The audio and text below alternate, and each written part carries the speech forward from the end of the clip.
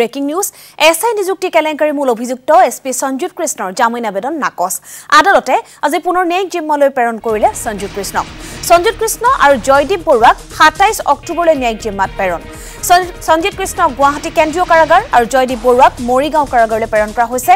অন্যহাতে সৰোজ শৰ্মাক গোৱালপাৰা কাৰাগাৰলৈ প্ৰেৰণ শীঘ্ৰে স্বীকাৰোক্তি প্ৰদান কৰিব জয়দীপ বৰুৱা সৰোজ শৰ্মাই অন্যহাতে থেংক ইউ লজৰ পৰিচালক অলকেশ বৈশ্যৰ জামিন আবেদন নাকচ কৰে গুৱাহাটী উচ্চ ন্যায়ালয়ে সিআইডি কেছৰ তিনিজন মূল আসামী কুমাৰ সঞ্জিত কৃষ্ণ জয়দীপ বৰুৱা আৰু সৰোজ শৰ্মাক হাজিৰ কৰা হৈছিল কুমাৰ সঞ্জিত কৃষ্ণ আছিলে 5 দিন সিআইডিৰ জিম্মাত তেওঁৰ এডভোকেটে এখন বেল পিটিশন দিছিলে আৰু সেই বেল পিটিশনখনো আমাৰ যুক্তিৰ আধাৰত মহামান্য